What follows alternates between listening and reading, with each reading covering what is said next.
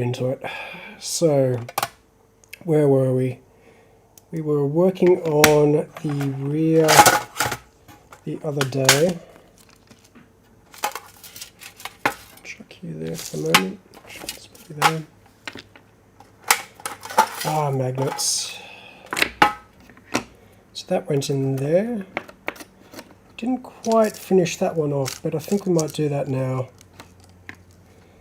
So the main issue was we needed some spacers, and I didn't necessarily want to commit to that at this time. So let's see if we can find those spacers. We want the white shims.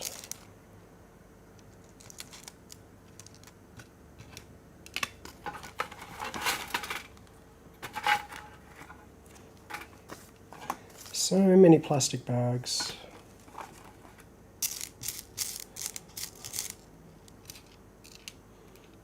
I'm just going to assume it's these.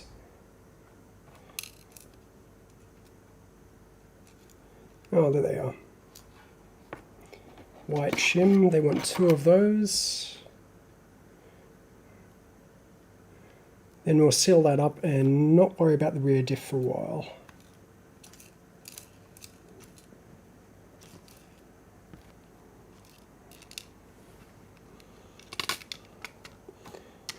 Funnily enough, I don't seem to have a lot in the way of these white shims. It's actually a bit hard to tell, like most of them are actually silver.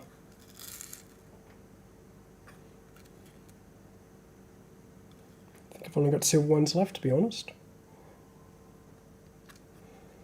Well, I don't see why we can't use one of those.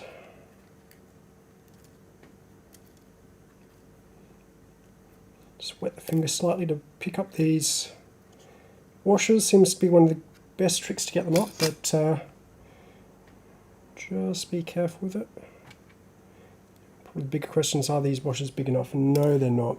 Okay. So let's have a look, because I think that bag is actually tipped out while I've been doing other things. So I do have a couple of things in here. But are any of them a white shim?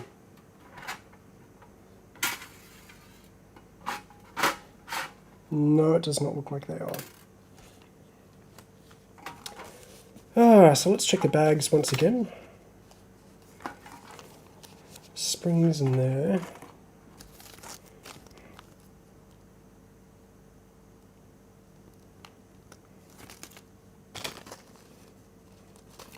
Need that bag in a minute, which is the front suspension setup.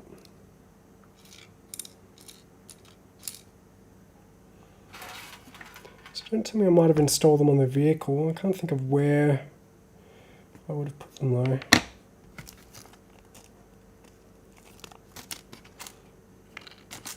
And here I was thinking this was going to be a nice quick video. Obviously not.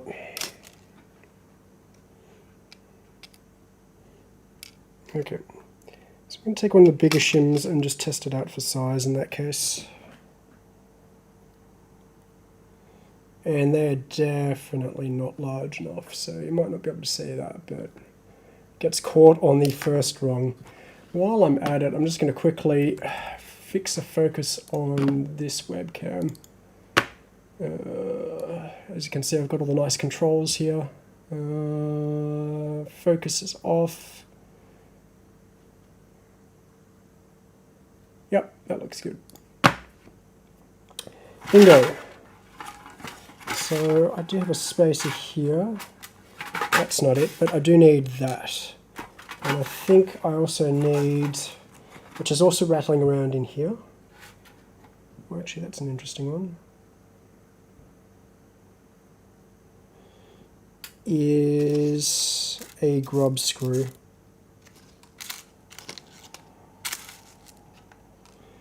Let's just quickly check. Scroll down, M2 grub screw, and that actually looks very unique, that grub screw, which is interesting. Grab that, and I'm going to chuck that in there so I don't lose it. Might be another one of these days where I'm just hunting for parts.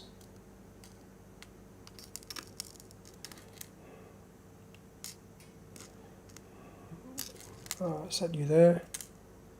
No.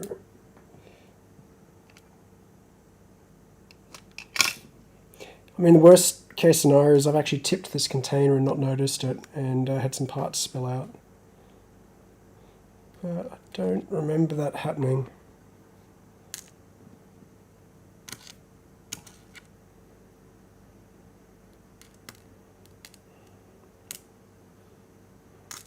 Wow, really not my luck today. Ah, there it is. So,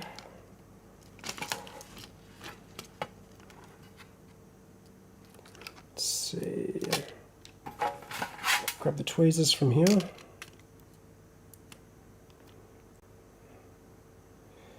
I'll tell you what, it is incredibly hot here in Sydney today. Definitely not making it easier to think.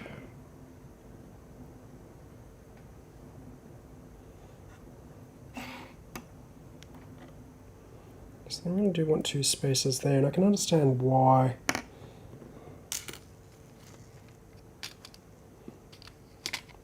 Just going to go back through here again.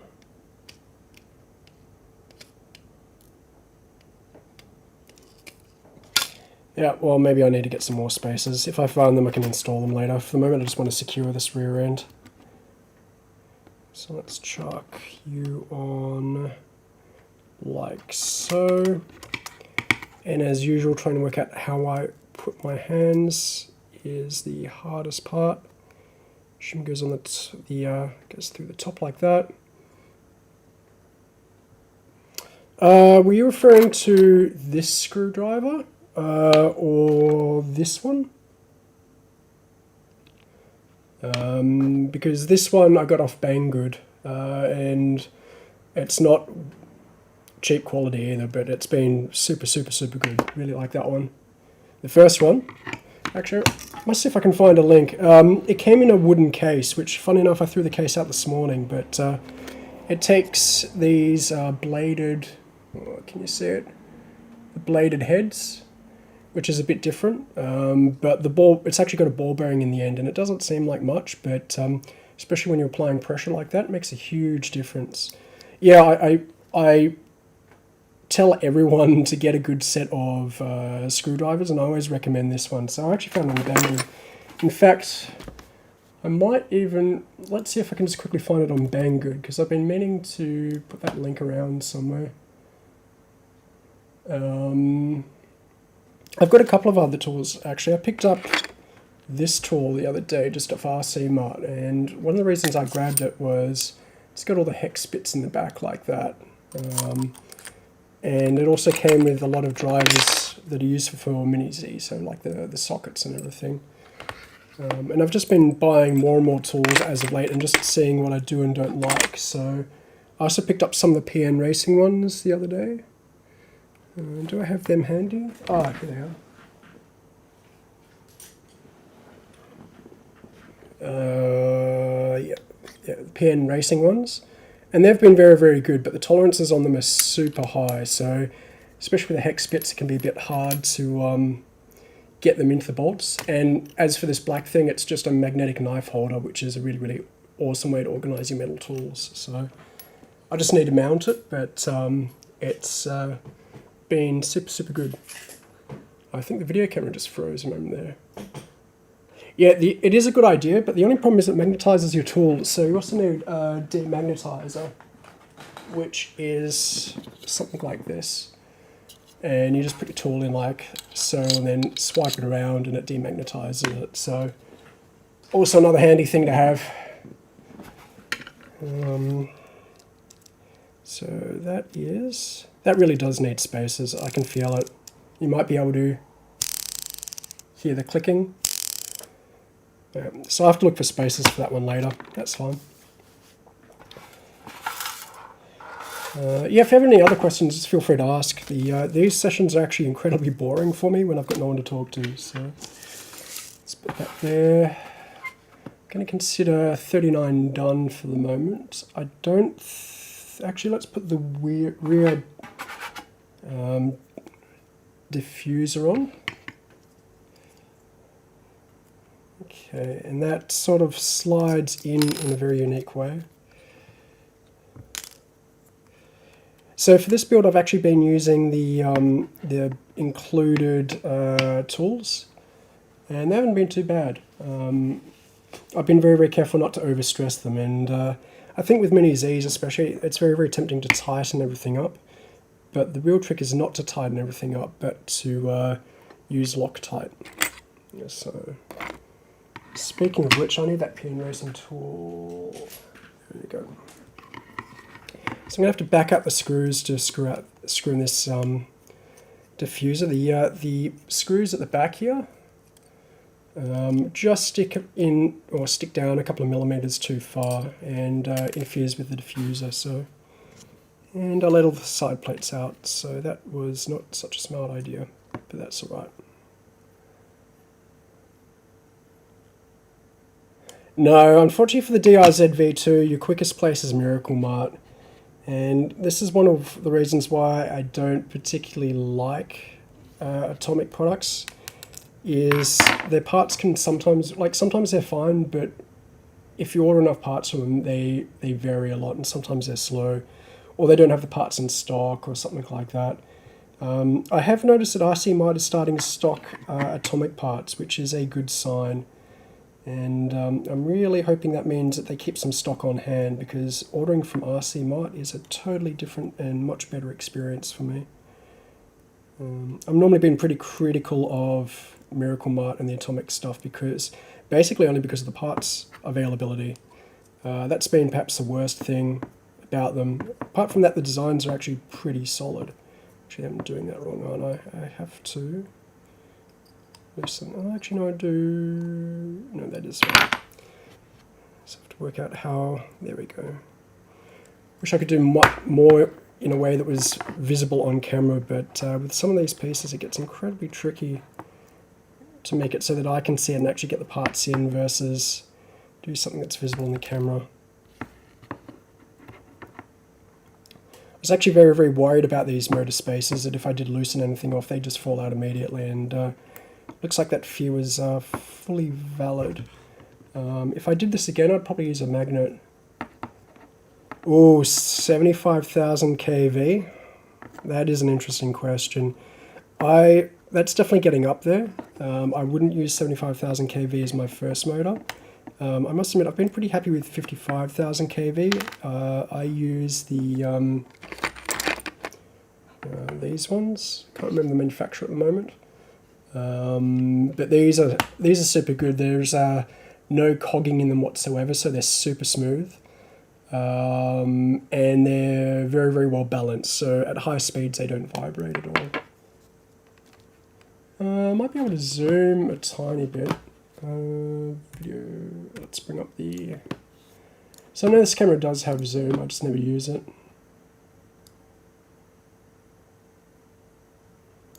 How's that?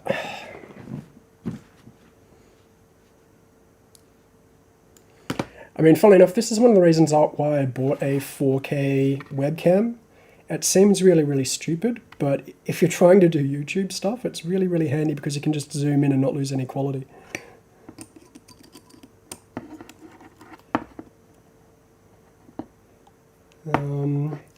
So yeah, and those spaces just fell out almost immediately again. Ah, that was just really, really stupid of me.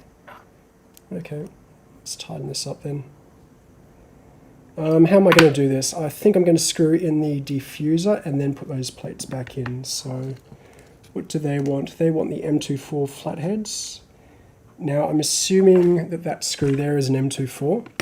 The big problem, as I keep on going on about, is none of these screws are actually proper sized. So that's a 4mm. So they're not exactly 4mm. They can be out by quite a bit. So super, super irritating, that.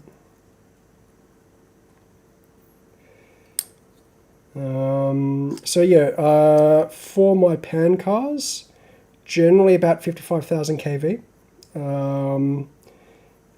The big thing is the speed of the motor you want is actually really more dependent on the track you've got.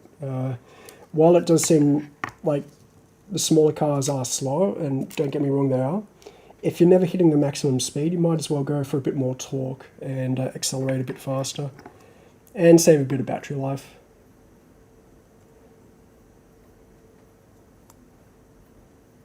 But don't get me wrong, like I've got a 12,000 kV GLR. The problem with that much power is it torque steers. So you put any sort of power under it and it almost immediately spins out to the left. And that's with compensation in the servo, with gyros, with tuning of the chassis, everything. It's just so much power. The 12,000 kV is essentially wasted on it. I might consider putting it in the buggy. But if I was going to put it anywhere, it would actually probably be an all-wheel drive car, and most likely the MRZ with belt drive. I don't even know if it's centrifugal force. It's just that with these types of pan cars, there is always a tiny bit more friction on one wheel than the other, and the drive wheel is always gets more of the power, and hence why it spins out to that side. There's not really much you can do about it. Proper bearings and shimming and everything helps quite a bit, but there's still no perfect silver bullet for it.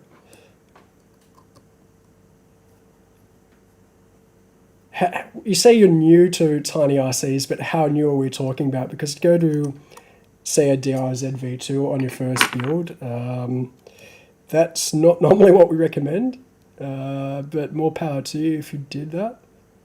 Is that clearer? I think I've got one of the screws slightly out here, which is why there's that clicking sound. So let's just tighten that up.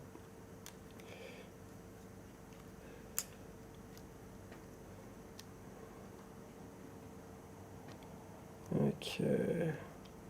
Let's tighten them all up while I'm here. Yeah, so proper shimming, getting the sandpaper out and going all the way to like 2000 grit on contact surfaces, that sort of thing. Oh, okay, so at least you've got some experience building RC cars. I still think these mini cars are actually pretty difficult to build. In fact, do I have my DRZ V2 handy? No, it's currently under a pile of crap. I'll have to fix that later, but the wiring jobs on these are probably the most difficult part. Like I normally recommend the Mini Zs before anything else, but some people recommend the WL toys. I just personally feel the WL toys require more time than I have available, which is why I prefer them. Okay, so let's jump back. Speaking of dogs, so we've got a lawn bowls club across the road from me, which is great because it's shut down. And it means I've got this nice flat surface race RC on, and then there's cement footpaths around, so I can do like mixed surface and do some rally type of stuff. So I've been racing there as of late, but because the club isn't active anymore, some of the fences have been in a bit of disrepair, so there's some gaps in the fences. And I was over there the other day and just had a dog just start running at the RC car, which was a lot of fun. But I've been practicing a lot more of the 1/10 scale stuff and rally stuff and that sort of thing. So not so much the Mini Zs as of late, funnily enough, but that's because the track, if you can see it down there, has had 1/10 scale stuff all over it. So I just finished cleaning that up earlier this morning, and I'll be getting back into actually doing 1/10 racing again. So what are we looking for here? We are looking for the components for the servo. And I'm using one of the Atomic HZ Metal Gear. Focus. Is it going to focus? No, probably not. Ones. I don't normally use these, but as I mentioned in the last video, it's just got a longer cable, which is what I need for this one. Do that. Please tell me it comes with a shoehorn. Maybe it doesn't, which would be really, really, really interesting.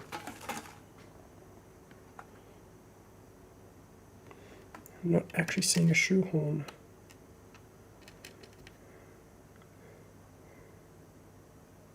Oh, as it says, please use a screw. Servo not included. Yeah, I guess I have to bring my own shoehorn. Okay. Let's look in my pile. The problem with the atomic servos is they're just slightly different shape to everything I've got on hand.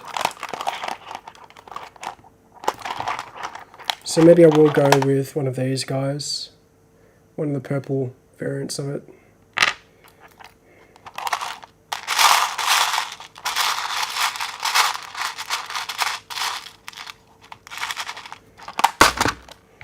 It depends. It comes down to how many teeth and what the spline's like. Yeah, I don't think I've got anything that fits that spline. Ah, how annoying. That's alright. Save that one for another day. Which means we have to think about servo placement because...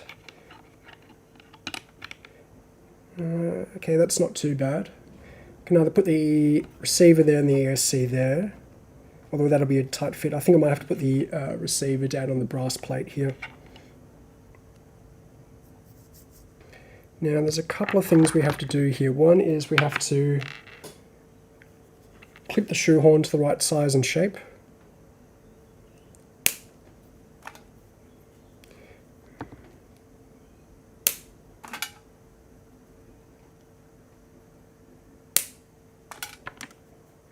And then we do the 45s.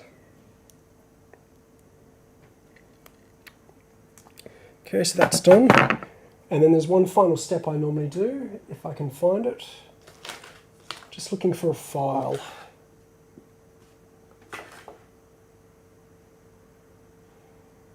This is why I don't like cleaning up, because all my parts go missing. So all my tools go missing. I know I've put them down somewhere.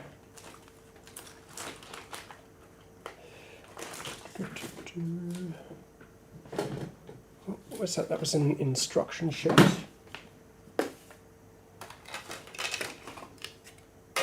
Body, mini Zs, tweezers.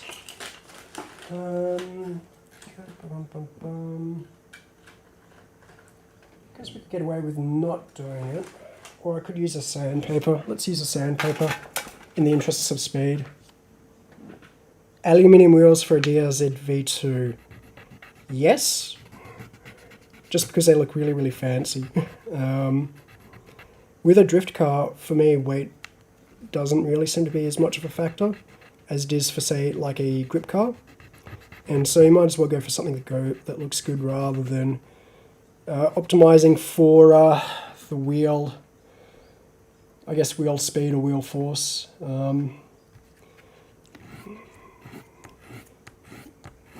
But you can if you want. I've also got the highlight, the neon wheels. Do I have them here? Maybe I do within reach.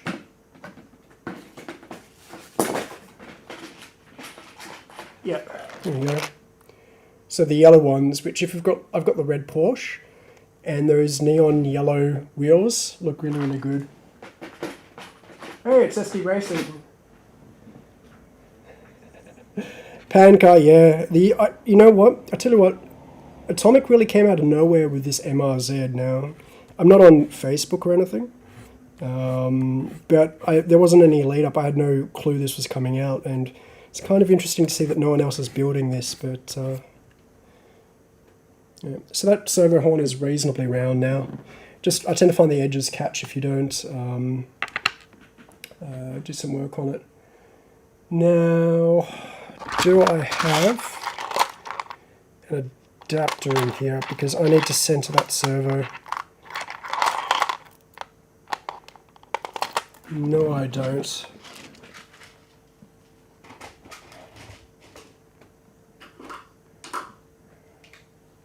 Don't have that part there. Oh, all my parts are all over the place.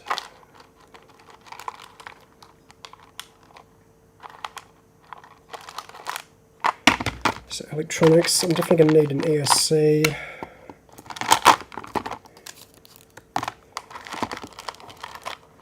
Yeah, I got the brass chassis one, or more important, well, they gave me the brass chassis. Normally I wouldn't go for a brass chassis, but hey, if they're giving them away for free. Speaking of which,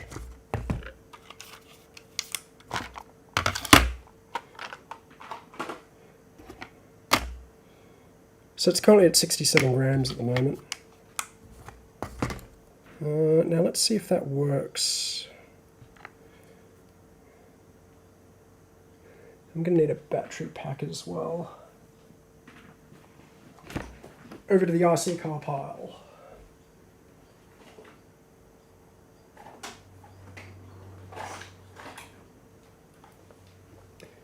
Here we go. I'm going to use an old 4S.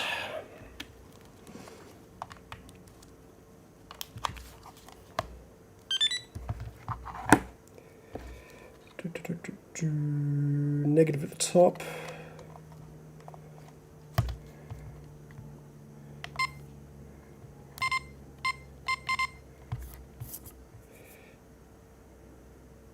Okay, that's in the center. Actually, let's disconnect this side. The one thing I hate about these micro connectors is pulling them apart is a very, very good way to damage them. I've still yet to find a good way to separate them.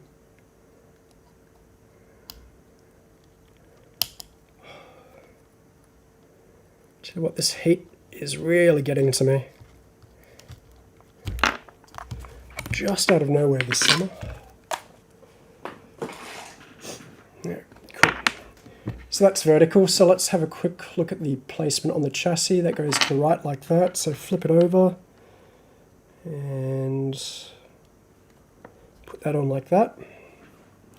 I'm going to need a screw for that. So let's go back to my pile of servos.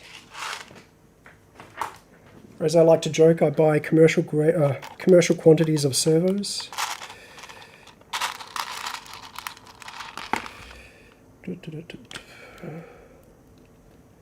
Actually, not just me. I actually had family members that ran hobby stores in the past, so just shot that down recently, and I managed to grab a whole lot of things I needed.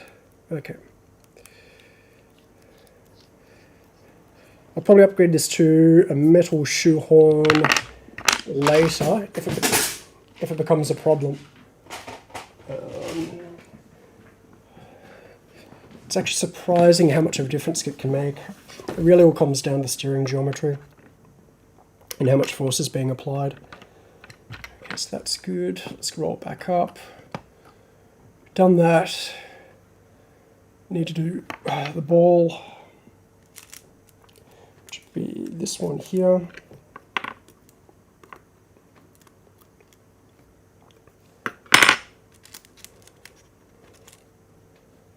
Ah, thank God it's Friday. Okay, I'm going to need a teeny weeny... Or do I? Yeah, no, I really am. Hopefully I've got the part in here because I don't have to look for it. Is it going to be small enough? No. Do I have a tiny metal Allen key around? I can cheat. I do have some pliers that would work for that. Magnets.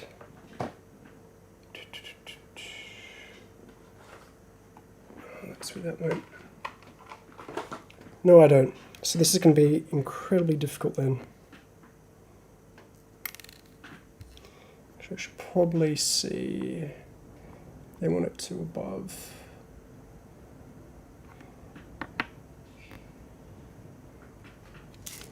Do I still have it in here?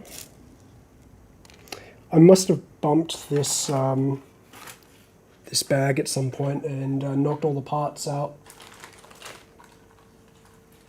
Let's have a look at my pile of things caught in magnets. One of those might work.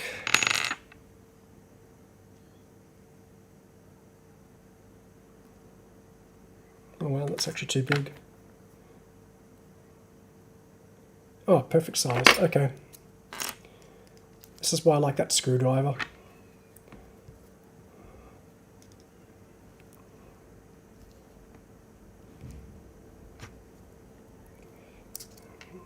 see if we can just force this through, otherwise I'll have to enlarge the hole. But I prefer not to do that because it grips a lot better if you can do it just by driving it through.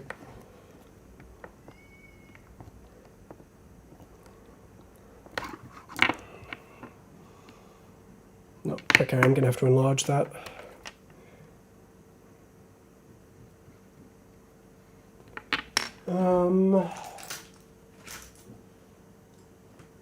Do I have an appropriate...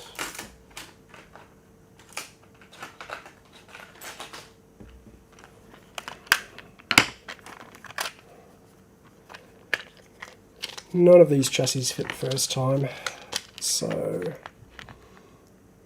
you're too big, you're too big. Okay, I probably want to go for the smallest one. You definitely don't want to pick a bit that is the exact same width. You actually probably want to be one or two sizes underneath, just so that you've actually got plastic to bite into, otherwise you'll have to put a nut or a something on the end. There we go. So that just rimmed it out slightly.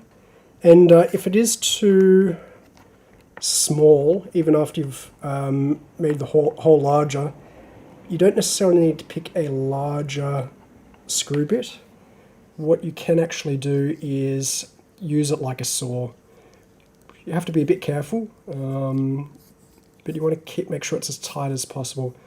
Like this is actually a bit looser than I would normally like, but at least the forces are not going to be too great on it.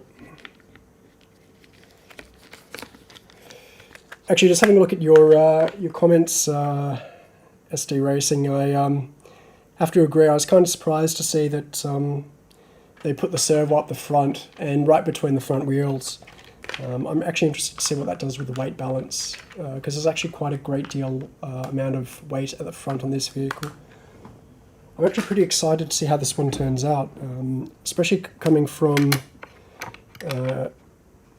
Atomic. It incorporates a lot of stuff I haven't seen them do in the past. So, if I remember correctly, the DRZ V2 was developed out of, it was either Taiwan or Malaysia.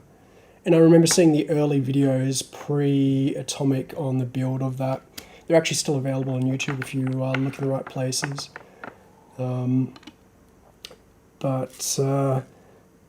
That was all still pretty traditional compared to what they'd done before. Whereas for them to go off and do a rear-wheel drive car sort of came out of nowhere. Am I going to have enough screws here? I'm a bit worried about that. So I need the M2x4s. Now, this is what I find weird, right? These are M24s, these are M24s, but these are Phillips, and these are hex bits. So I wonder if these are self-taping parts. So let's get the hex bits out of the way. So they're all the hex bits. Yep. And from memory, the black ones are Phillips head. Yep. And these do look like they're self-taping. So one.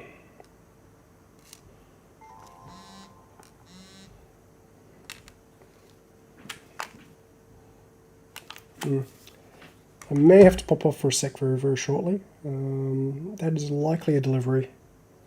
So I just need a round head. There it is. Okay, so let's connect up the servo first.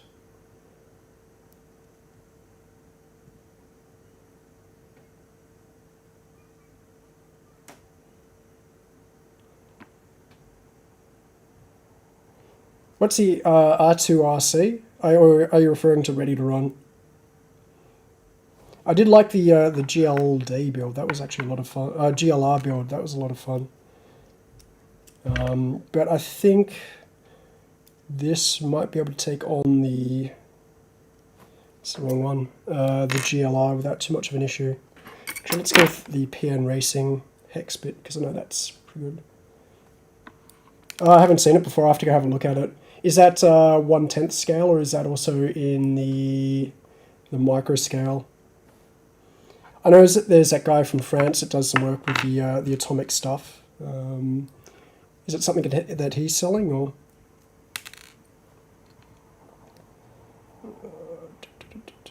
This is not.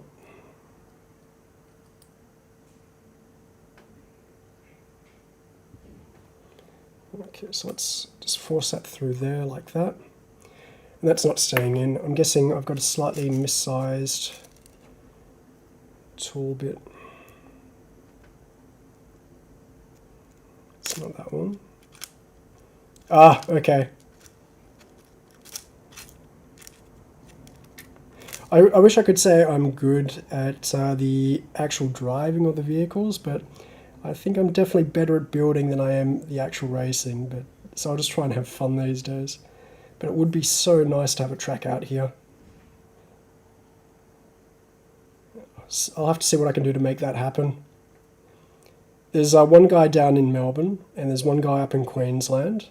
So Groovejet's down in Melbourne, I'm in Sydney, and then there's another guy. Yeah, your driving isn't too bad though. You've got a lot more area than I do. I'm kind of jealous of both that track and how much outdoor space you have. Like, I know it's not much, but everything's indoors for me, and my outdoor area is about the size of a door in itself.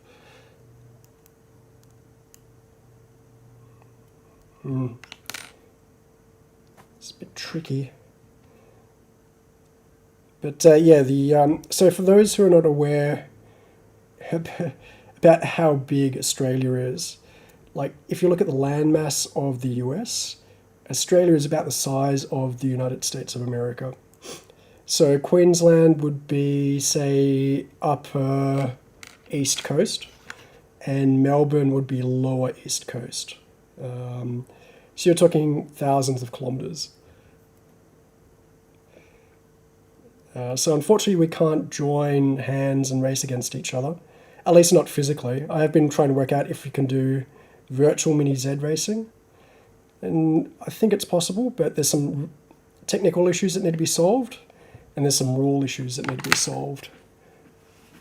And I'm actually more honestly worried about the rules issues rather than the technical issues. Now that's interesting, because that's not sitting flat. Let's test this against the Mini Z servo. So the atomic servo. I didn't think the servo was any thicker, but that might not be the case. So if we butt them end to end, they're identical. Okay. So that can mean a number of things. It's not recessed.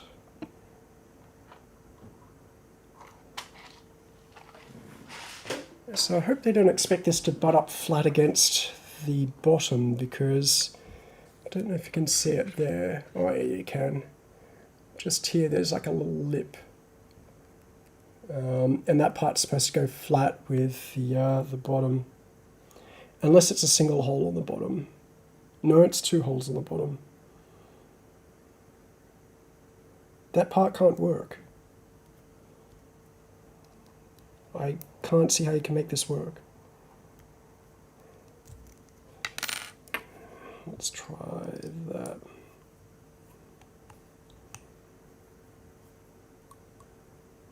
Okay, that's tightening up, which is good.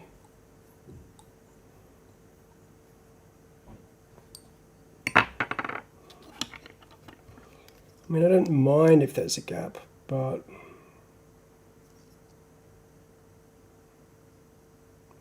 I kind of expected it to be flush with the bottom of the chassis, which it's not going to be. So that's a bummer. And in fact, I don't think the screws are going to allow it to be floating either. Oh, only just. Let's see how this goes.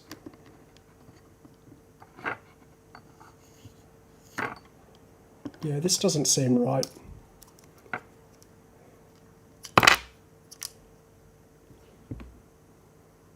Is there some magic trick I'm not seeing here?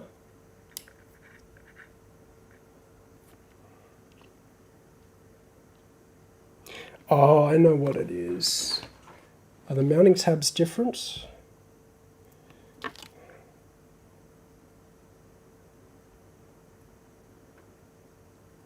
if I line them up, are they asymmetrical?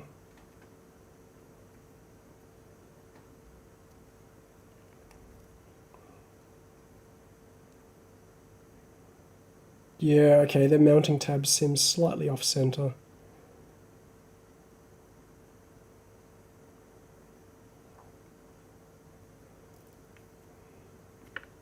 That's interesting.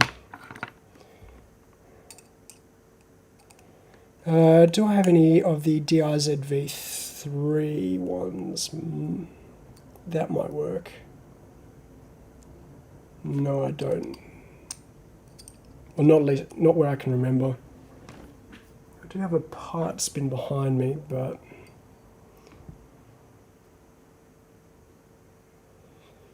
I could drill these out. But the second hole, the holes are going to overlap.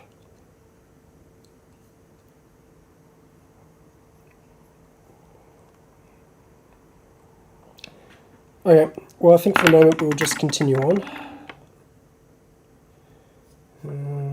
How does that go together? 1, 2, and they already put 2 of the screws in for me. So let's just continue on with that.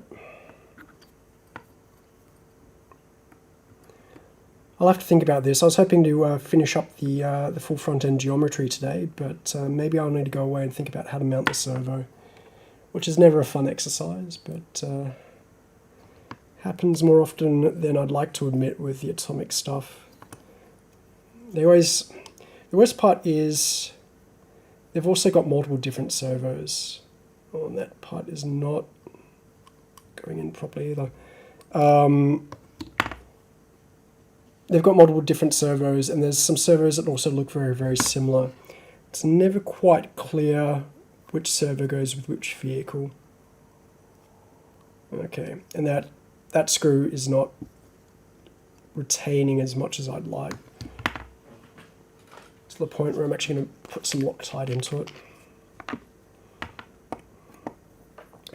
Now, for those of you who are going to caution against Loctite Red, this is actually the weakest Loctite. Over here in Australia, the Loctite colours seem to be slightly different to the US.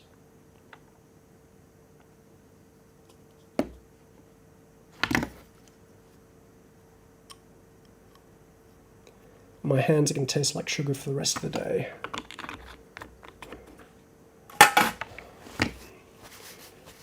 Make sure you wipe the Loctite off. Okay, so let's continue on for the moment. I did come from the front? Yeah, I did. Strange. Oh well. So we're going to need you and you, as well as your steel posts.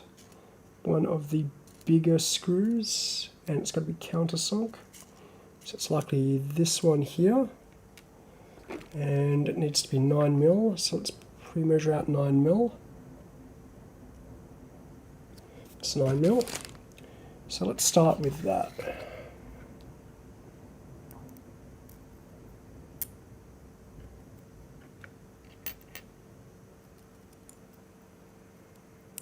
And they're recommending Loctite on this as well, so we'll do that in a sec. That's flayed like that. Ah, cool, that's got 2 retention pins. Awesome. So we'll take those 2, which I know are M24s.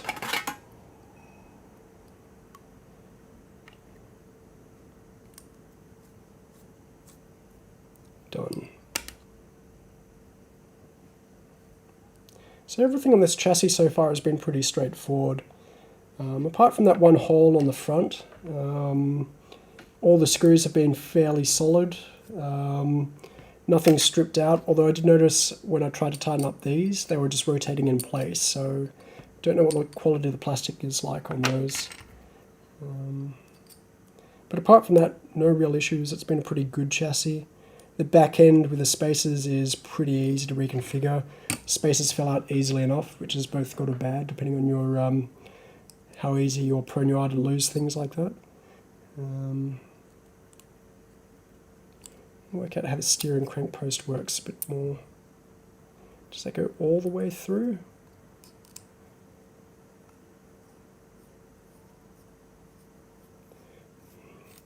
So let's take it off and turn it around. And drive it back on. And that only sticks on the end, okay. And they want it all the way down. Okay. Bag of tricks time.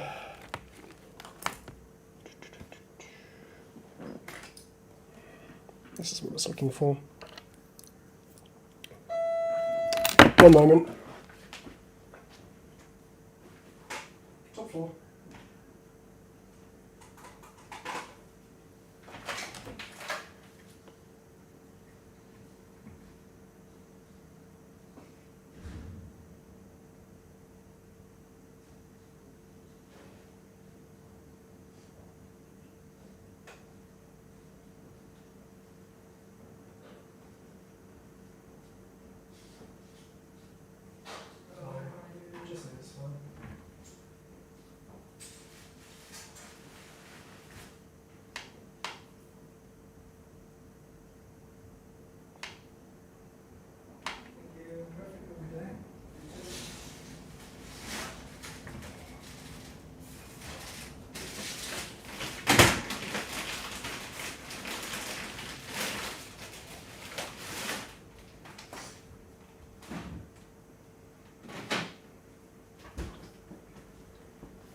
Sorry about that.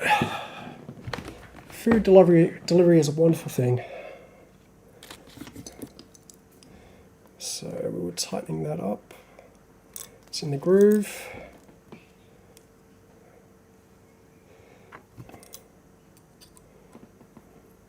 Oh yeah, that's working a bit better now. So, but when it gets to the very end, we're going to put some Loctite on it.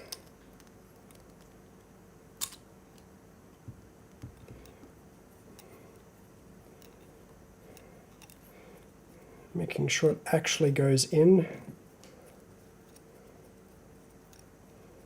Or actually, more importantly, goes down. Just groceries. Nothing too important.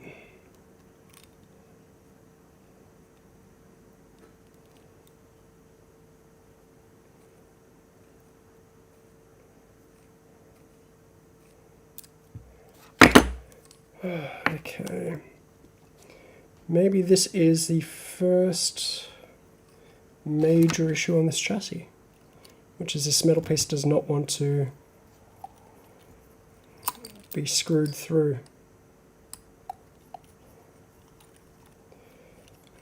Let's try applying some more force. Yeah, okay, that's better. Or not. Interesting. I might have another screw I can use. Is that 9mm? So let's just try a different screw just to make sure it's not the thread on the screw or something like that.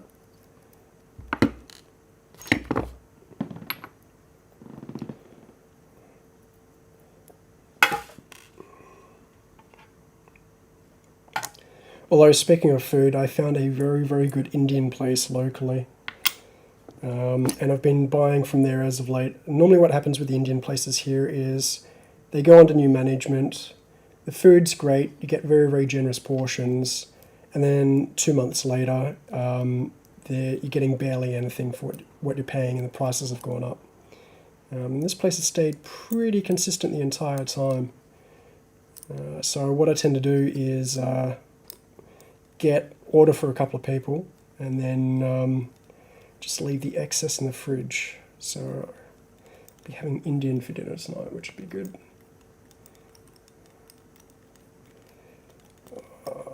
Okay, this is feeling a bit better, but I'm not seeing the effects of it, so I don't actually see it tightening. So let's go back.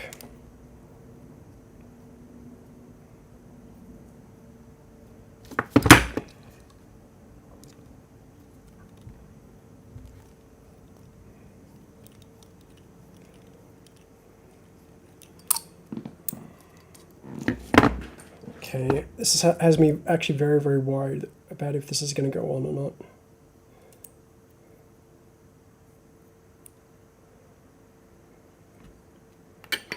I've got a... Oh, actually that's interesting. Maybe this is a low... Maybe this is one like the servo from GL Racing, which would be really, really annoying because the MRZ I've got did not come with a servo, and if they need a completely different type of servo, that is ultra annoying.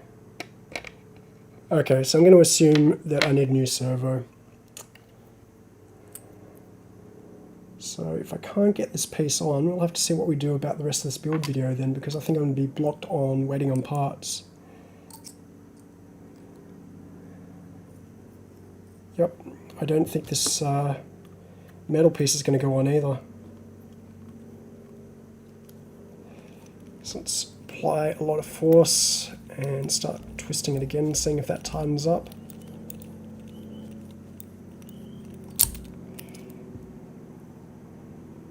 And it seems better, but I think that's stuck. Are there any other metal pieces that could be substituted? No. So let's have a look at their Servo Recommendations. Okay, so they do include size. So calipers, 2 centimeters.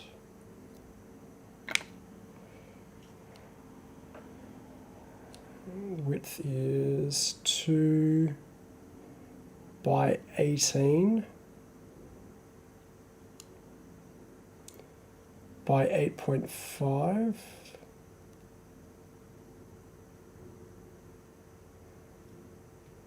Wow, that is a weird sized servo, whatever they've chosen.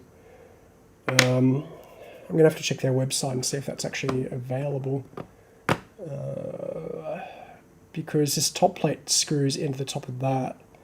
So I can put these parts in place and just not install the servo. But this steel steering crank post is actually not screwing onto the M2 flat head part at all, which is bad. And that has to go on before I can do that, and then I can do the steering knuckles. So maybe we jump ahead to the steering knuckles and get them installed. And we'll have to leave the entire steering mechanism, I think. So we'll put that aside and let's just keep on going on. So that's definitely the first big negative against this kit, I think. There's really no getting around the fact you need a special servo, and it's not flexible enough to take other stuff. And the fact that that part jammed up is even worse.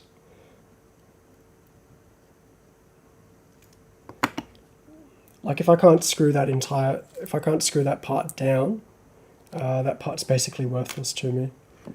But we'll have a look at how it works later. Maybe I can drill out the center and just use it as a sleeve rather than a threaded spacer.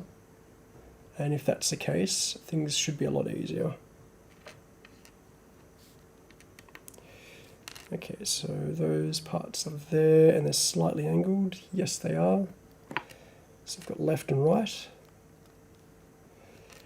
And we finally use these parts.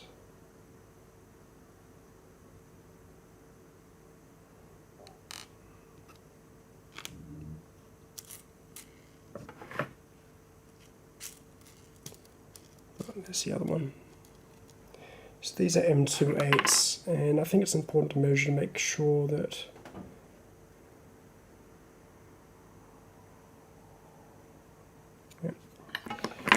close enough.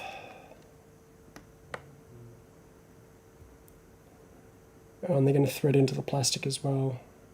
Okay, suppose I can live with that.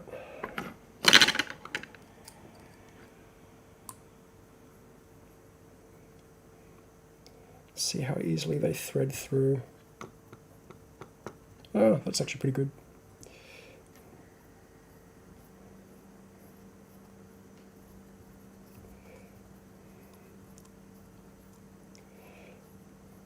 So the steering setup and geometry reminds me very much of the GLF or the Formula 1 from GL Racing. The spaces at the bottom, and more importantly the excessive amount of spaces at the bottom. But in the same breath it was also very, very easy to reconfigure, which was good. And I actually did have to do that. I was also having a look at my the surface I was using for my drifting track, and realized that one surface is a lot fluffier than the other, because I had been drifting and the drift car was catching a lot. So I'm talking about the GLD here.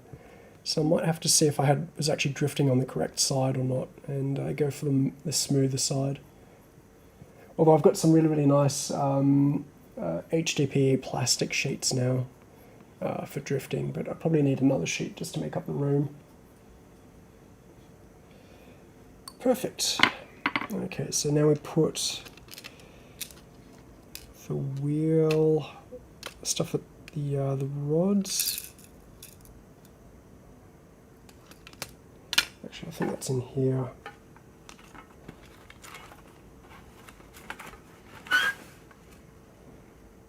No.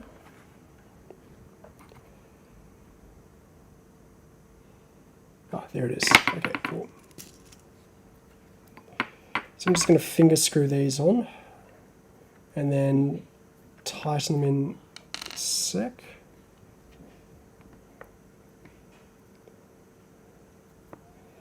But to tighten them, I'll need that. Actually, I mean, since the bottom screw is tightened in, maybe I don't need to apply pressure from the bottom. No, I don't, which is good. And I really should be using a hex bit rather than a star bit, but this is the only one that fits, so. Okay, cool. Now, do I have any glue on me? Yes, yes I do.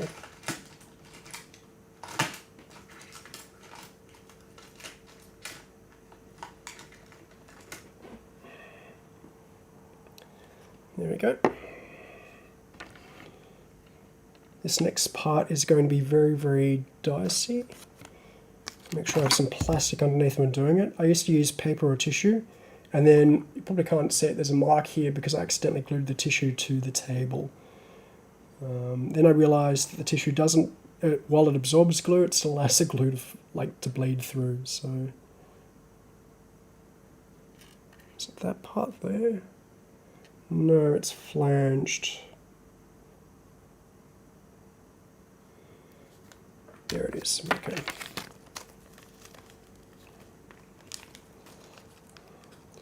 So let's see. I need white spaces, and I need a servo. I also need the new front end from the double A-arm front end from GL Racing. So that's fine, I can do that all as one purchase.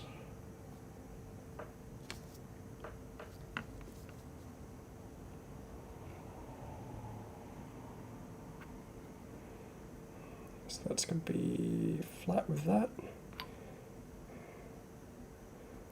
Which is hard because it kinks off ever so slightly. So depending on where you're lining up that pin, if you accidentally align it with that part there, for example, your actual kingpin is going to, or not kingpin, the pin there is actually going to be off at an angle. But luckily as you tighten this thing up, it should automatically go into the correct position. I need those.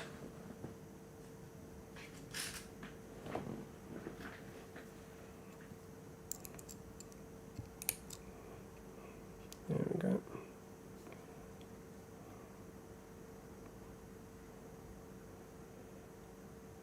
See you later, Constantine. I'll have the link probably in as a comment below on this post if you watch it later, or on this video if you watch it later. So good luck and have a good evening. Let's tighten this up. And that's sticking through, which is good. So I'll probably glue that side. And that's good. They actually have it sticking out like that there as well, so I'm happy with that. And get this started. It's actually kind of nice. This seats really, really well. Like there was no wiggling, I just put it down and it was automatically aligned, so it's always nice to see when that happens. Grab that. Go around a couple of times like that. And then I'll grab the pliers.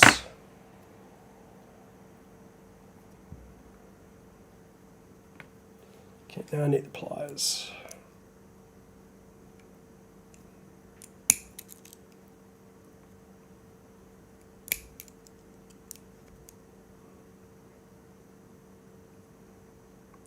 Now this part with the glue is going to be difficult, and I can see why they ask you to do it, so I just tightened that, and then I think I slightly over tightened it, and it's now just spinning in place. So you definitely want to put some glue on there just to seal it all up.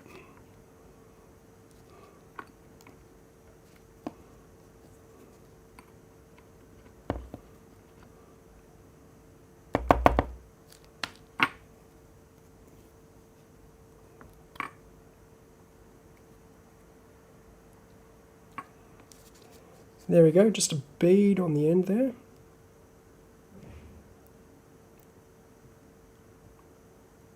It's actually funny, I glued my fingers together the other day and kept on finding pieces of glue on my fingers for days afterwards after that.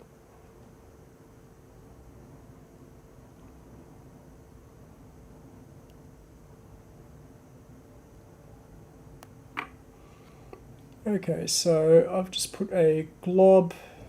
Camera's not going to focus, but just a glob of glue there, making sure it's spread evenly around. In fact, I could do with a bit more.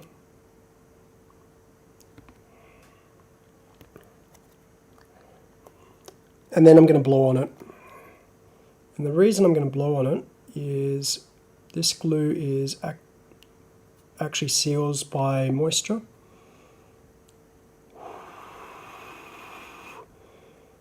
So the water vapor in your breath will be enough to start triggering that and causing it to harden up.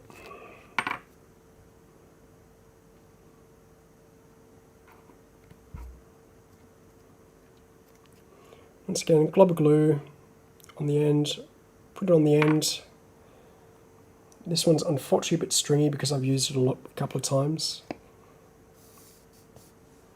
Did I just get this on the table? No, good. So I'll seal that up and put it away immediately.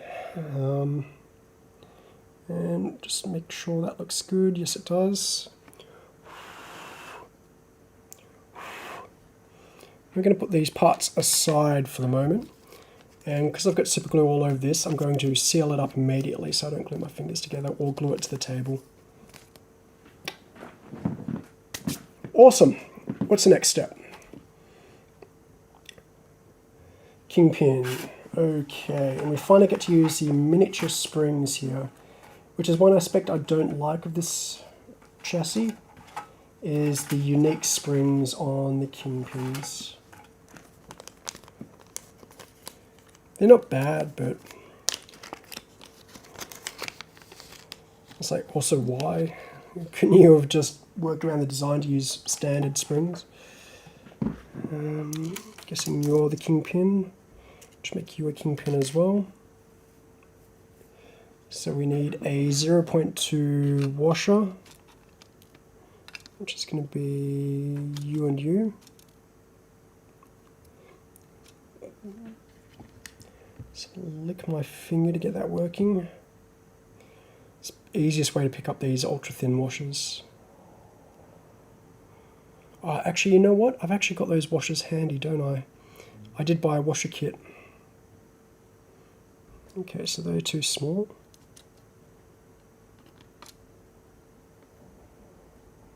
Next size up, that seems to work.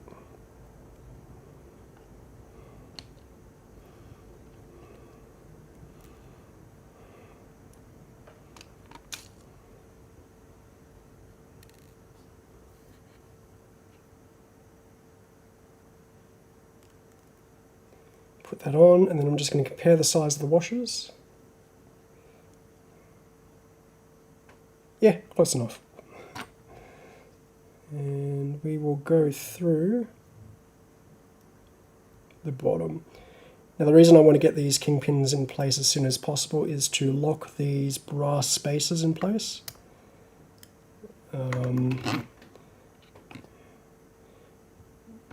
Because if I just leave them there as is, they will rotate out and I will lose them, and I know from experience.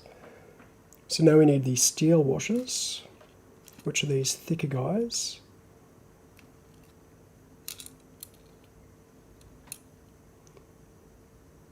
It's kind of funny that I've been doing this long enough now that I can just run my finger across a washer and know how thick it is. 0.1 and 0.2 are a bit harder to tell apart, but like the 0.5, bit of a no-brainer.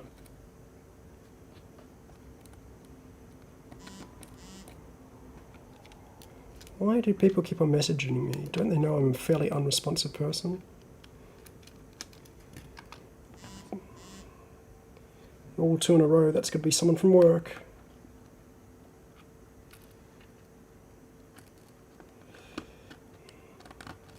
I may as well check that because I've got nothing better else to do, or nothing better to do in my life. Bum bum bum bum bum bum bum bum.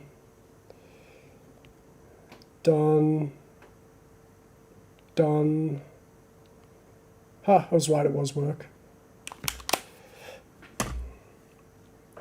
Too bad for you guys, I'm on holidays. Okay, so that glue is still very, very much liquid.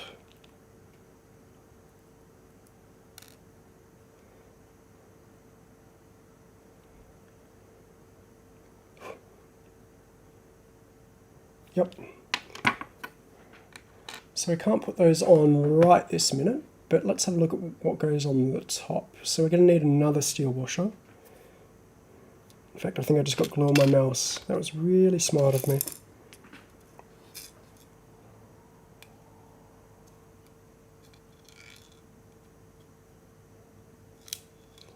So washers, then ball heads.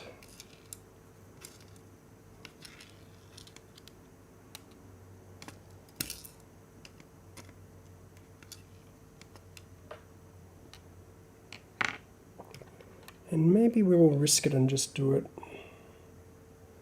in place. So these go back.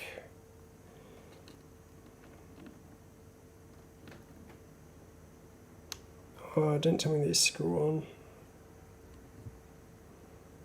Bet you they do as well. Yeah, they do. Okay, so we're going to do that.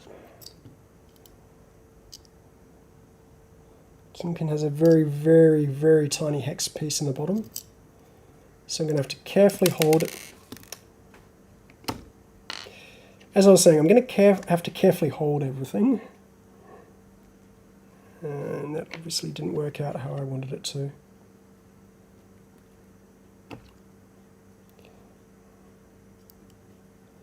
So hopefully they give us extra spaces. Because I can find two here. And those two are for that. Nothing on there. And almost immediately screw up again. Steal one of these.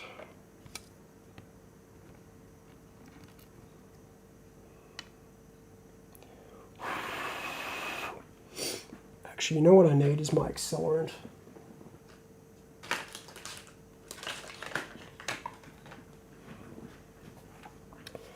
So this is a special mixture called water. It just causes superglue to harden instantly. There you go, now I can touch it.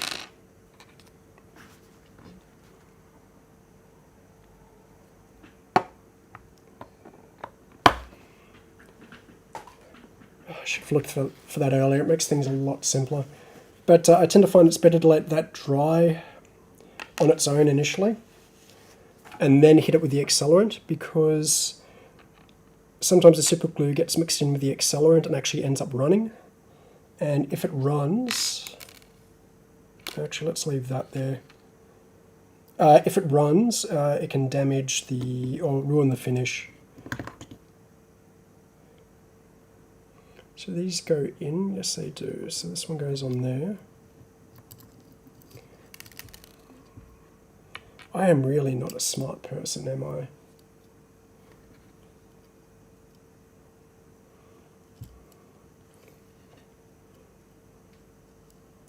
Okay, so the Kingpins are definitely going to be one of those annoying things people are going to struggle with. But that's fine. I had problems, so it means I can just laugh at them after I've done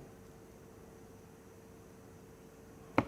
So the trick is obviously to get your tool in first before you do anything else.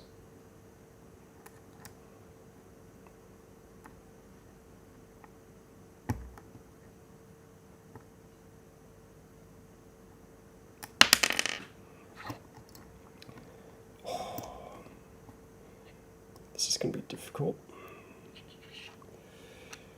So dangerous. Definitely don't try this at home, kids. That's the wrong one.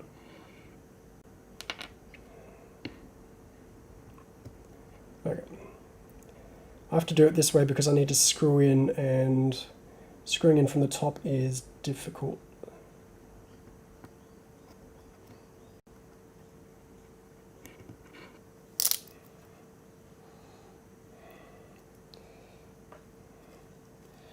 The other thing is that there's springs involved, and that always brings trouble. Right, so maybe I can do that. The trick is going to be getting this in.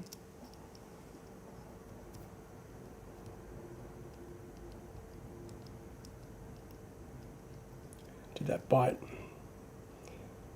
Yes, it did. Okay. So now that it's in, I can just tighten from the top. I've got no idea why that's not smooth. Especially if it's going to be clamped from the top, it seems very odd to have it. It's not even in straight. Okay. Gonna have to untighten it and realign it.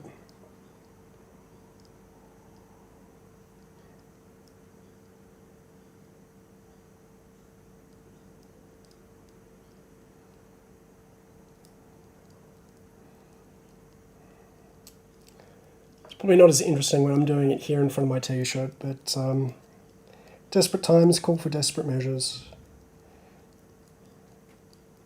Hence why I ordered home delivery for supermarket groceries today. We've had a COVID outbreak here, and COVID outbreak means more than 2 to 3 people. I honestly think Australia's doing so well mainly because of the geography, more than anything else we've been doing that's been special.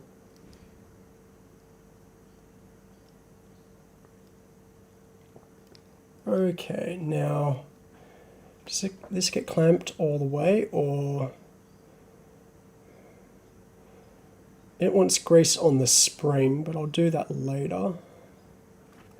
Okay, so they're measuring from the top.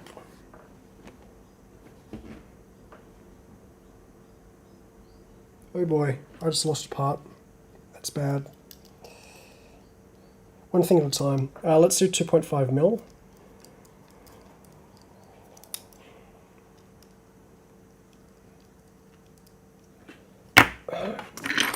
And we'll use the depth gauge on the calipers. For those who don't know, that little bit at the bottom is the depth gauge. And we need to go in a bit further.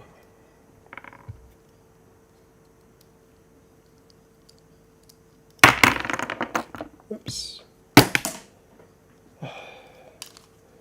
I'm definitely throwing things all over the place at the moment, which is not a good sign. A bit too far. Half a turn.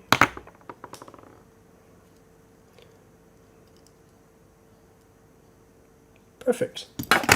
Okay, so one moment while I look for that part I just dropped. Because that was one of the balls for the steering setup.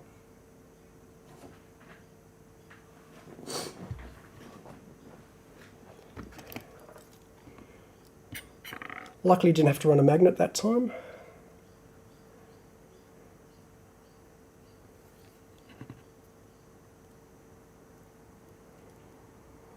Bum, bum, bum, bum. Cool. So these are now effectively locked in place. I don't have to worry about the balls coming out or anything like that.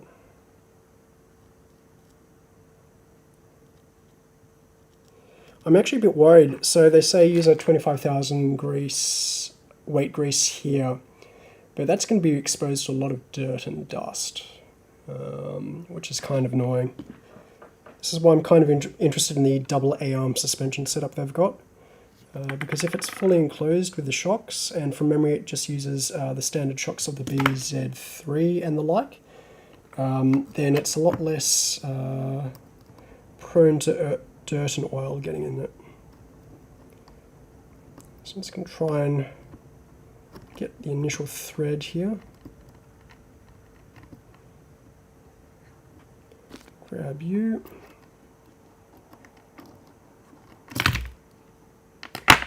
Careful. Back to square one.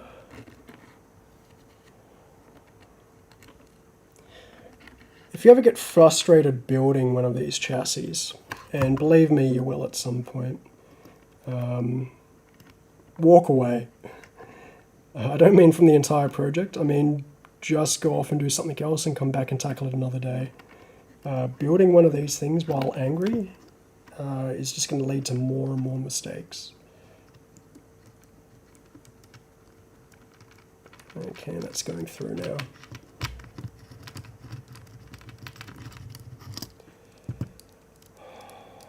That said,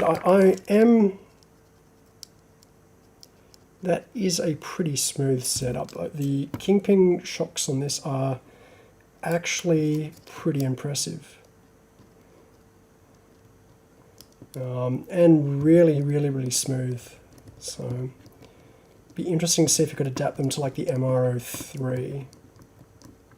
Okay, so that should still be at 2.5 mil. Yes, it is. 2 turns.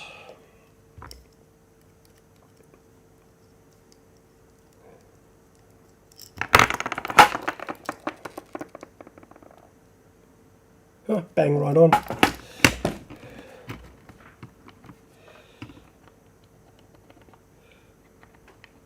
So I don't know what the best way to apply the grease is to that, but as I said, I really want to wait on that. And I suspect it does need the grease, so...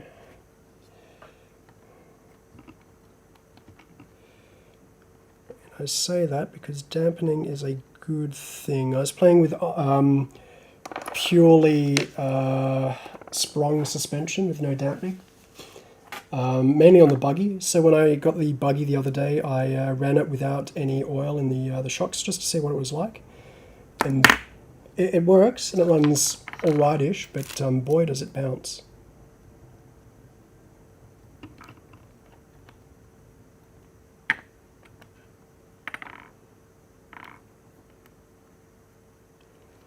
Okay. Leave that loose for a second, then come back and tighten again. While I'm doing that, just having a look at Banggood to see if there's any good deals on. Basically got everything I want from there. I saw WL Toys was doing a new 1/10 scale, but I've already got a pro grade buggy, so I'm not interested in that sort of stuff. I'm about to throw away 2 of the 14401s. Well, use them for parts, but chuck away the stuff I don't need. I'm very, very tempted to just get rid of all of them and go to the proper LC racing stuff, just because it's slightly better. I do have some LC racing parts on my chassis, but the where I could, because some of the parts compatibility is a bit all over the place. Close that. Okay, that's looking good. Now we move on to one of the more innovative parts of this project, and that is the upper A-arms. Oh, do they give you model sets of upper A-arms? It looks like they do. That's interesting.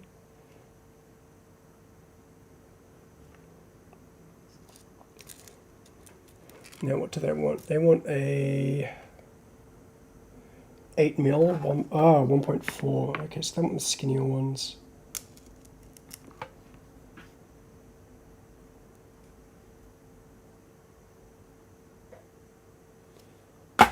Yep, it's definitely you guys. Okay, then they want the 0.2mm washers, and they want the tiny ones. I knew there was a day for those. Today is that day.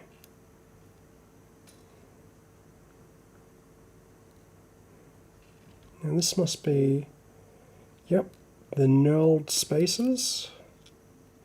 Which now having a look at them in front of me, they're a lot smaller than I thought they would be.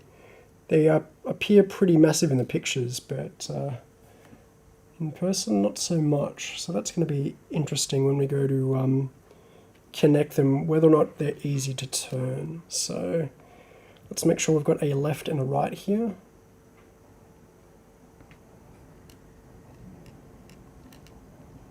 There we go, left and right. Oh, hang on. They're different.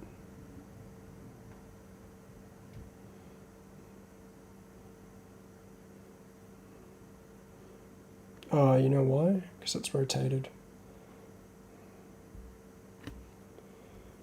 So if that goes like that, yeah, okay, they are the same. Okay.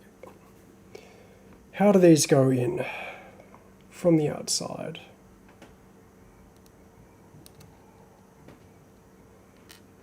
So, spacer goes on, which is going to be difficult because we're dealing with such tiny parts. Probably do want to use some tweezers for this. And you also probably don't want to lose the parts like I just did. Let's try with the other spacer in that case. The easiest method I've found is to just put it on your finger and then sort of lean the bolt into it.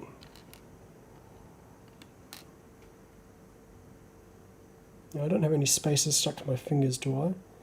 Especially when they're that small, it's very, very easy for that to happen. Nope, okay. Well, hopefully I've got a spare in there. Yes, I do. Okay, that's good.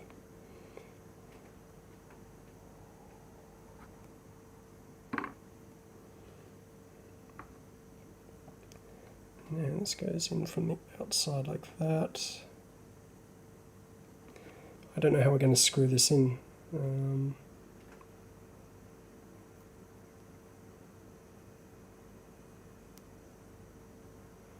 Okay, so I can get the initial thread with my fingers.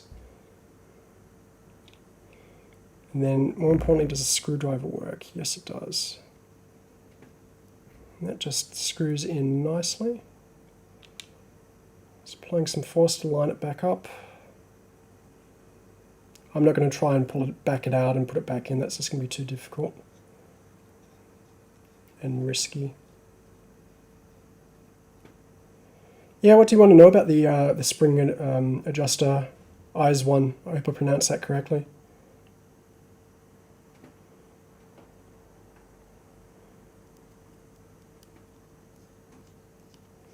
I'm just waiting for this to poke through, and it is. Okay. So I think I just can put it over the top there. Oh, you know what? I just lost the part again. Oh boy.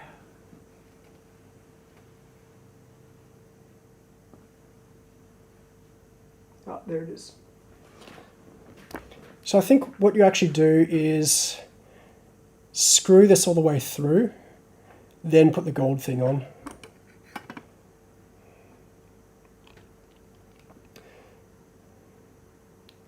All I'm seeing is message retracted at my end.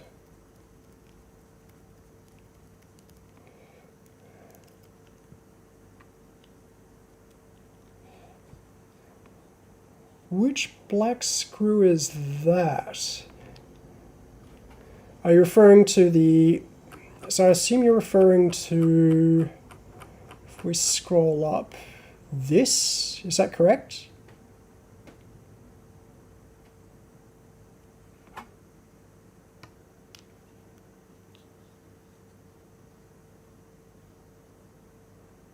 Oh, the side spring adjuster. What did I use?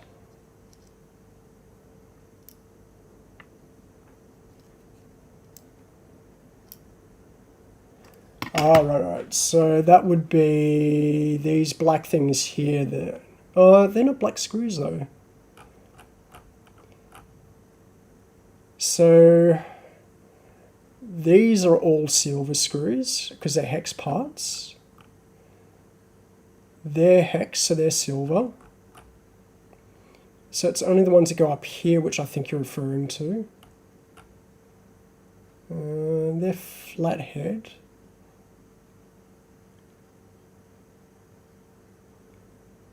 No, they're hex, sorry. Okay.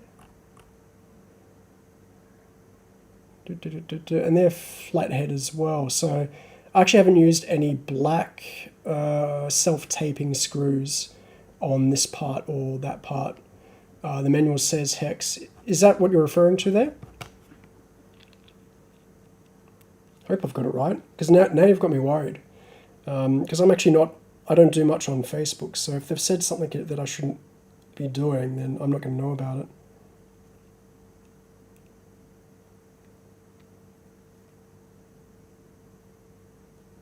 Okay, back that out, and then I should be able to push the gold thing on from the top.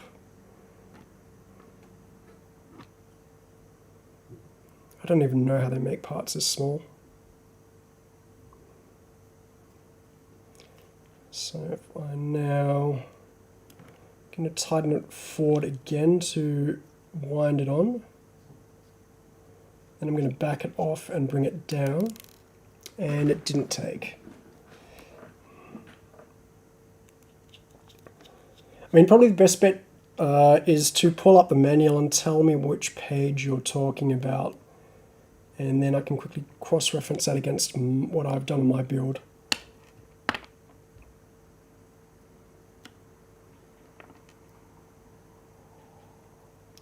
Gonna have to back that off, I think. The screw's gone off to the side.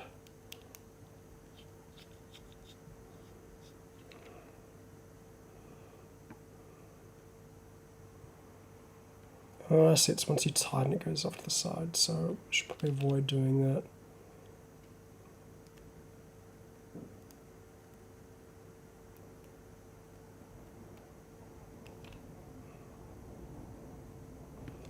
Okay, so maybe I can now just balance it all and bring that back. Hopefully the gold thing is still on the end, and it is. And I should be able to just force my finger into the gap and tighten it on.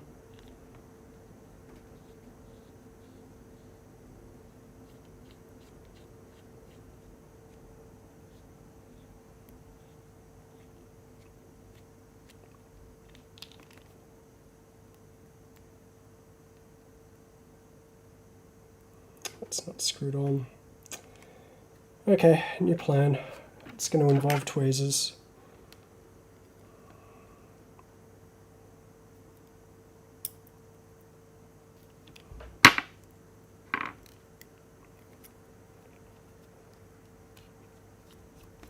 Let's back it out a bit. Make sure there's something to grip onto. And these tweezers have taken a bit of damage over time, and so they're not perfectly straight, and that turns out to actually help us in this scenario.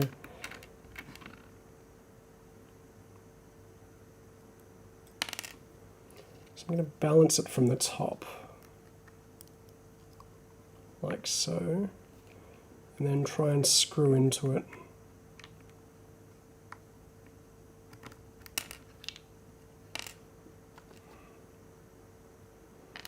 And that didn't seem to work.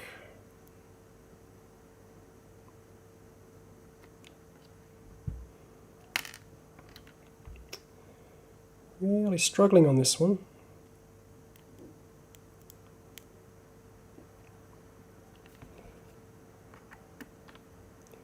Another one where you've got to get your hand placement just right to be able to hold everything in the right position. Now if I'm lucky, yep, that seems to have worked. Okay, so I've got the gold piece threaded on now. I can go ahead and tighten that a bit more. So it's now just peeking out a couple of mils.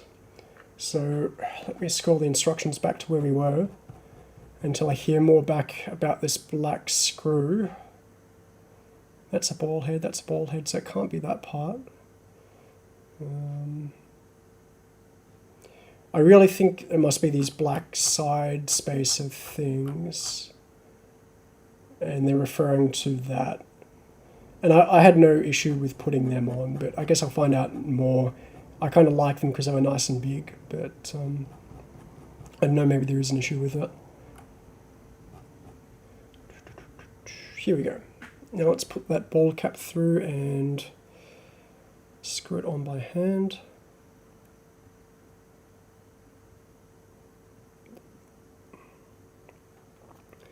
It actually goes on pretty easily, which is nice for once.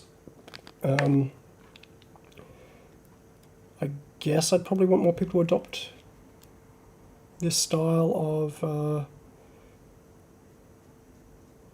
front end with its adjustability. Now I wonder how, they say 0.3 mil there, I'm just wondering how much space they want there. And I also noticed it was slanted there, which is interesting, because if you over tighten it, it actually digs, or it goes down. It doesn't. The center screw doesn't stay centered.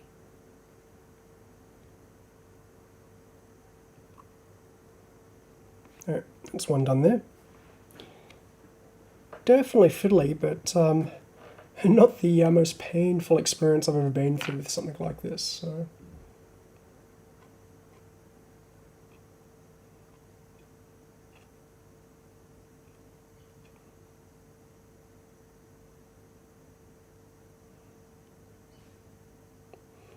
How long have we been going for?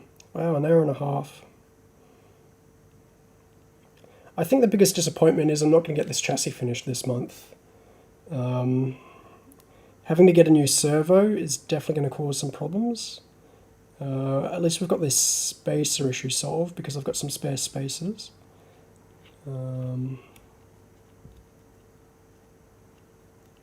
Maybe I'll have to use a GL Racing servo.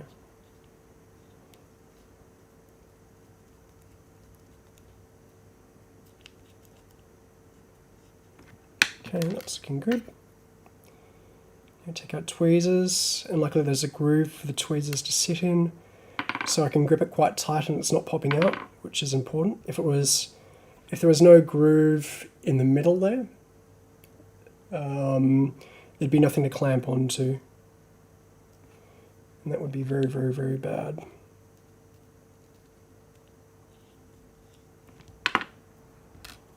Now, because I just dropped it. Back in place, and then we balance. So I've got a bit of the thread going through, and I now just balance it on the top of the thread, or of the golden screw part, and then just start threading through. It should now be captured, and just eyeball it. Yes, it is. And grip it again so we can tighten it. There we go.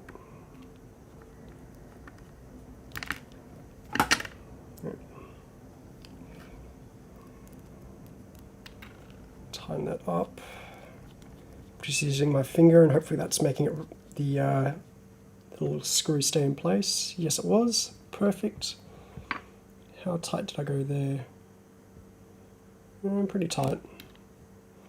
So do the same on this side.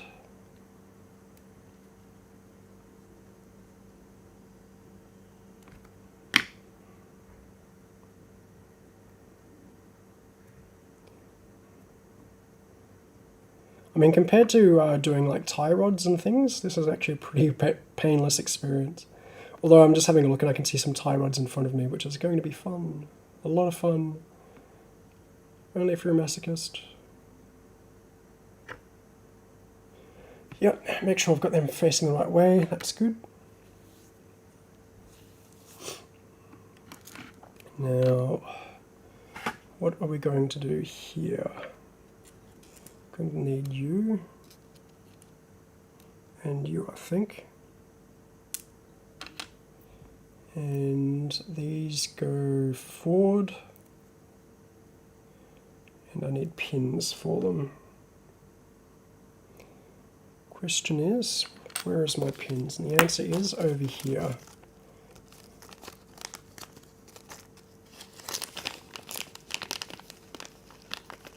So I've got 3 pins, which I don't know if that's a good sign or not. Hopefully we use the third one, but generally if they're including an extra part, it's because they think you're going to lose one.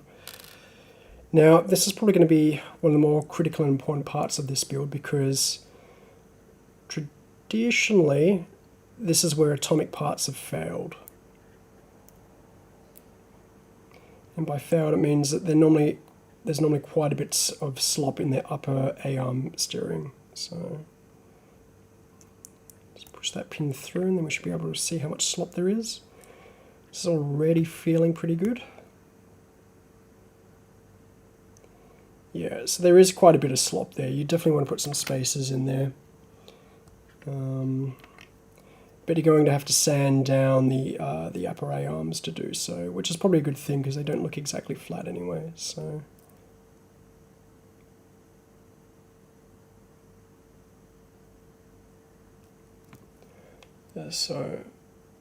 as you can see, there's quite a bit of movement there. The camera and my hand motions are probably exaggerating it a bit. It's not particularly bad, but we won't know how bad until we get the wheels on.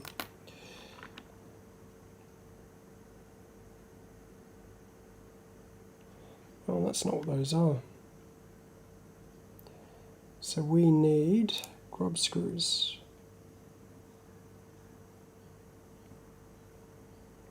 Which is weird because I've done the grub screws in gold, but it looks like they're silver in practice.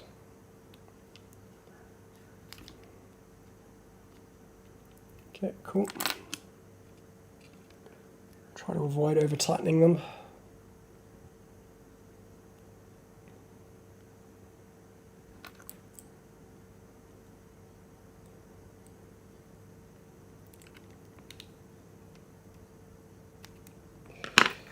Awesome.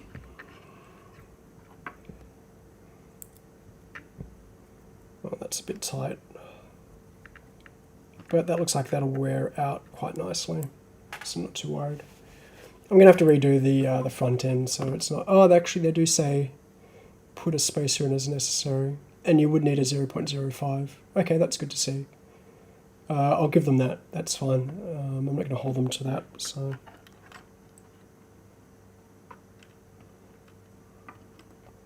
Let's have a look at this now. That should go on like so. Or maybe not. Where does this get attached to? Did I perhaps use the wrong ball heads? I don't believe so. Let's move on anyway. Going to need a ball bearing.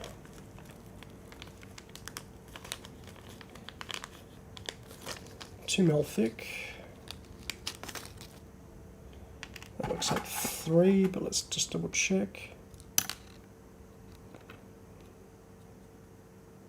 No, it's 2. Okay.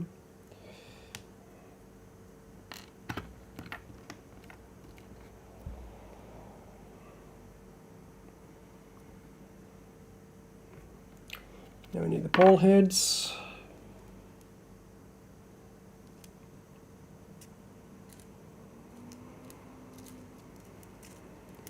There's one.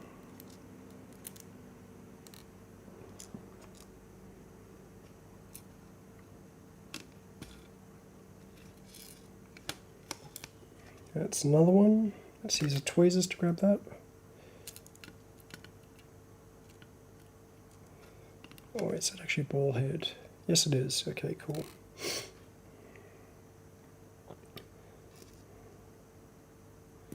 There should be one more in here.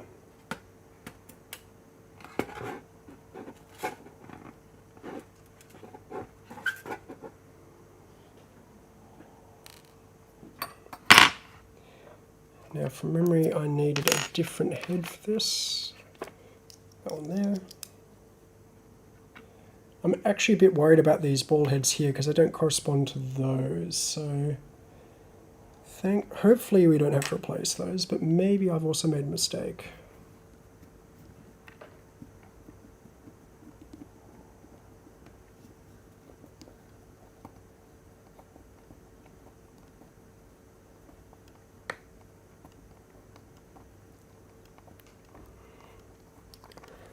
Okay, that's gone in pretty well. Yep.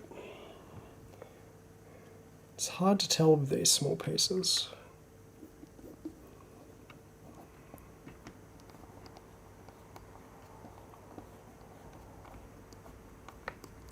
Sometimes you have to apply quite a bit of force to get them in. So make sure you're doing this on a level surface if you're having to do that.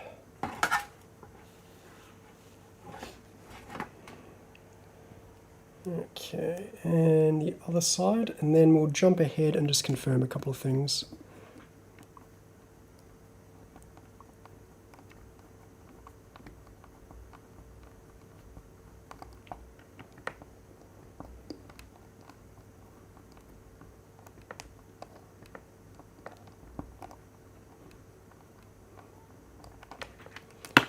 Okay, so that's looking almost perfect.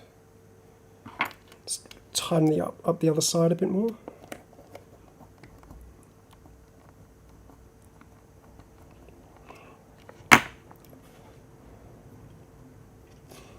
So that has to go on that, which we're not going to be able to do. Tie arms. Yeah, maybe I do have the wrong... Oh, you know what it is? Is the 3.5 mil on that side. I was using the wrong ball heads, which makes sense because these fill out the holes a lot better. Oh wow, that's really super easy to line up and get in.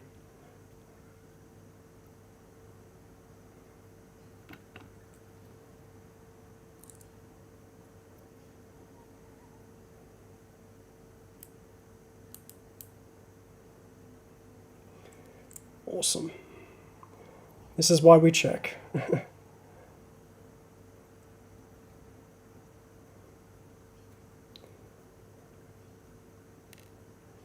And there we go.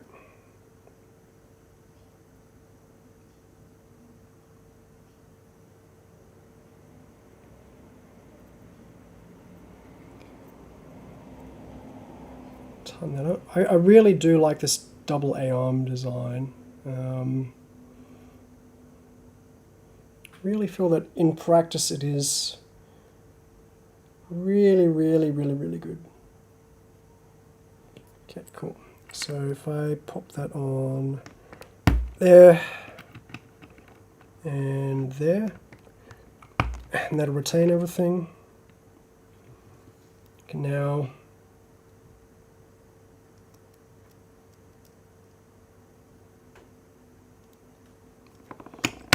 okay, so that's pretty good camber adjustment.